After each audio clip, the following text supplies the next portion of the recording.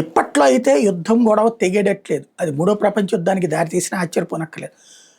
ప్రపంచవ్యాప్తంగా అనేక మంది ఆస్ట్రాలజర్స్ చెప్పేది 2031 నాటికి మూడో ప్రపంచ యుద్ధం వస్తుందని. ఈ లోపుగా ఈ యుద్ధాలు ఒకదానికొకటి ఇప్పుడు రష్యా, ఉక్రెయిన్ యుద్ధం ప్రారంభమై 4 ఏళ్ళు అయిపోయింది.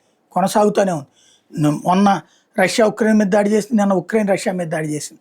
అట్లాగే ఇరాన్ మీదన దాడులు ఇజ్రాయెల్ చేస్తది. ఇజ్రాయెల్ ఉన్న అమెరికాకి సంబంధించిన గల్ఫ్ దేశాలను బేసుల మీదన ఇరాన్ దాడులు చేస్తుంది. ఇరాన్ మీద మరొక వైపున గల్ఫ్ దేశాలు దాడులు చేస్తుంటే ఇక ఈ దాడులు ఒకదానికొకటి ఊరికినే ఆగిపోయినాయి అని చెప్పుకోవడం తప్పించి మళ్ళీ ఎవడి స్వార్థం వాడిది. రెండోది వాళ్ళ దేశంలో హీరోలు అవ్వడానికి జరుగుతున్నాయి. ఇలాగే సాగితే ఇప్పట్లో తెగేలాగా అనిపించట్లేదు.